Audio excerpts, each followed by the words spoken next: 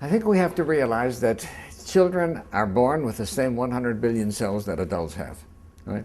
And that their minds, these cells are not cluttered up with all the junk that we've accumulated as adults. Consequently, children are exquisitely sensitive, right? And when there is this crisis, and dad has lost his job, or mom has lost her job, and there's lost the savings have been gone, they sense that there is something wrong, right? Now, if they ask, well, what's wrong? And somebody say, nothing wrong, everything's okay.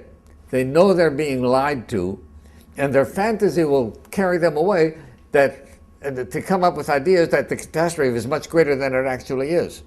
So I think that what should happen is when things happen, that parent lost their job, that we say, I lost my job, or daddy lost his job, and things are hard. Now we might not be able to do all the things that we wanted. We're going to have to cut corners and maybe live a little differently.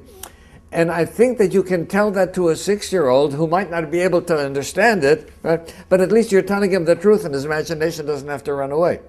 There was a situation where one child heard about people being fired, right?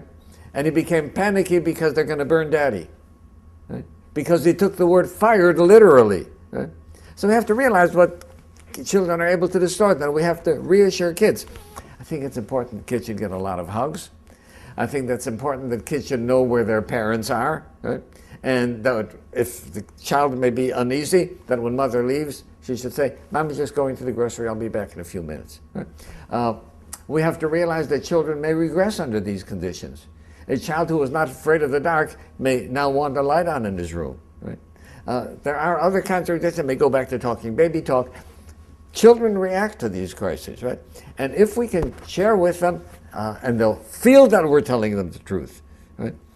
At least they won't let their imagination run away from them with the